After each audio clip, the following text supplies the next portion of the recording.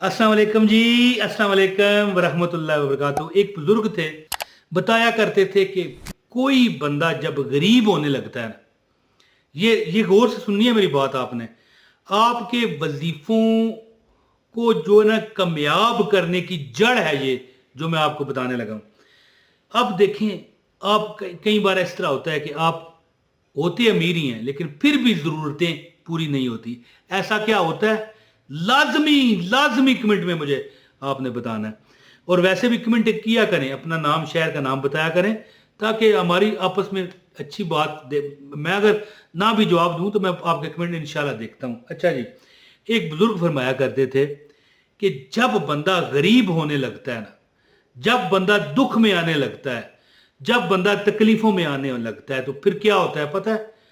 सबसे पहले उसका जो बख्त है, बख्त होता है ना बंदे का, जो जिसे नसीब कहा जाता है, शैतानी चीजें बख्त और उससे बरकत लेती हैं।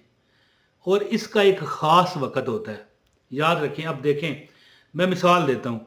अब शायद आपको इसका तजर्बा ना हो, लेकिन हम ये जो छोटे शहर हैं, जो मतलब है कि अवामी शहर जिसे कहते हैं, एक तो हो गया ना बड़े बड़े सोसाइटियाँ बनी हुई हैं, उसकी बात नहीं मैं कर रहा, इस्लामाबाद की सोसाइटियाँ हैं जी, बड़े बड़े टाउन बने हुए हैं, अब नाम भी लिए बगैर मैं कह रहा हूँ। ये आम जो मतलब लाहौर में है, अवाम, आम जनता, ठीक है ना, अवाम, आम अवाम है जहाँ पर, रावलपिंडी, लाहौर, इस तरह।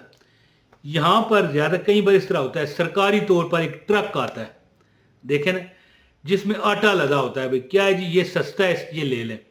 वहाँ पर रश पड़ जाता है और कहीं हो सकता है उसमें लटेरे भी आ जाएं, धोखा देने वाले, जो उस ट्रक वाले को भी हो सकता है दें, या हो सकता है अवाम में से किसी की पूरी जो जो थैला है आटे का हथियाने की कोशिश करें।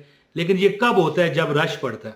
तो बुजुर्ग फरमाया करते थे कि जब बंदा गरीब होने लगता है ना, तो उससे दो चीज़ें, शैतानी, जिन्नाती, कुफार जो चीज़ें हैं, मुसलमान नहीं, कुफार, शैतानी और जिन्नाती चीज़ें, दो चीज़ें छीनती हैं। क्या? एक उससे उसका नसीब और दूसरा उसकी बरकत छीन लेती हैं। और ट्रक आता है आटे का और लोग लूटते हैं, पाटते हैं और उसमें लुटेरे भी आ जाते हैं। वो मैंने क्यों मिसाल दी कि वो ज़हर अब आया हुआ है। इसी तरह बरकतें नाजल होने का और नसीब नाजल होने का एक वक़्त होता है, और वो वक़्त होता है जब नमाज फजर की अजानें हो जाती हैं। अब इसके बाद ज़ाहिर है रोशनी होनी होती है। वो वक़्त होता है कि जब आपकी जो मतलब है कि आपके ऊपर नसीब की और बरकत की जो हिस्सा है आपको अल्लाह ताला ने देना होता है। और उस वक़्त वो शैतानी क़ुव्वतें आके आपसे जब छीनना शुरू करती हैं, आप कभी अमीर नहीं होते। और अगर अमीर हो तो उसके बाद आप पर नीचे नीचे नीचे नीचे ढलवान शुरू हो जाती है गरीबी की। यकीन करें कि मैंने अपनी ज़िंदगी में, जितनी मेरी ये ज़िंदगी है, मैंने दो नस्लों में से कई गरीब मस्कीन करोड़पति होते देखे हैं। मैं आपको पिछली सदियों की बात नहीं कर रहा, अपनी ज़िंदगी में। और बड़े ज़बरदस्त अमीर को नीचे आते देखा। यही वजह होती है, सुबह एक तो ना उठना जब नसीब की और बरकत की बारिश हो रही है, बख्त बरस रहे हैं, और या उठ पड़ना लेकिन डाकुओं के हाथों लूटे जाना। कौन से डाकू? वो जो शैतानी हैं, जिन्नाती हैं, हमें नज़र नहीं आते। तो बुजुर्ग कहने लगे कि आप क्या किया करो, जब आप नमाज पढ़ो ना तो कभी भूल के सोना मत, और सूरज निकलने तक आयतुल कुर्सी का विर्द करो। क्या करो? बिस्मिल्लाहिर रहमानिर रहीम, अल्लाहु ला इलाहा इल्ला हुवल हय्युल कय्यूम, ला ताखुज़ुहु सिनतुम वला नौम, लहू मा फिस समावाति व मा फिल अर्द, मन दल्लज़ी यशफ़उ इंदहु इल्ला बिइज़्निही, यअलमु मा बैन अयदीहिम व मा खल्फ़हुम वला युहीतूना बिशैइन मिन इल्मिही इल्ला बिमा शाअ, वसिअ कुर्सियुहुस समावाति वल अर्द वला यऊदुहु हिफ़्ज़ुहुमा व हुवल अलिय्युल अज़ीम। तो जो बंदा ये अमल करता है, विरद करता है, उसका नसीब शैतान और बुरे जिन्नात नहीं छीन सकते। जिस वक़्त ये नाज़िल हो रहे होते हैं वो वक़्त होता है फजर का, या ख़ास कर जब मर्द हज़रात मस्जिद में जाते हैं, तो मस्जिद में जाते हुए सुबह की नमाज़ पढ़ने के लिए मस्जिद में जाते हुए रास्ते में लूटे जाते हैं।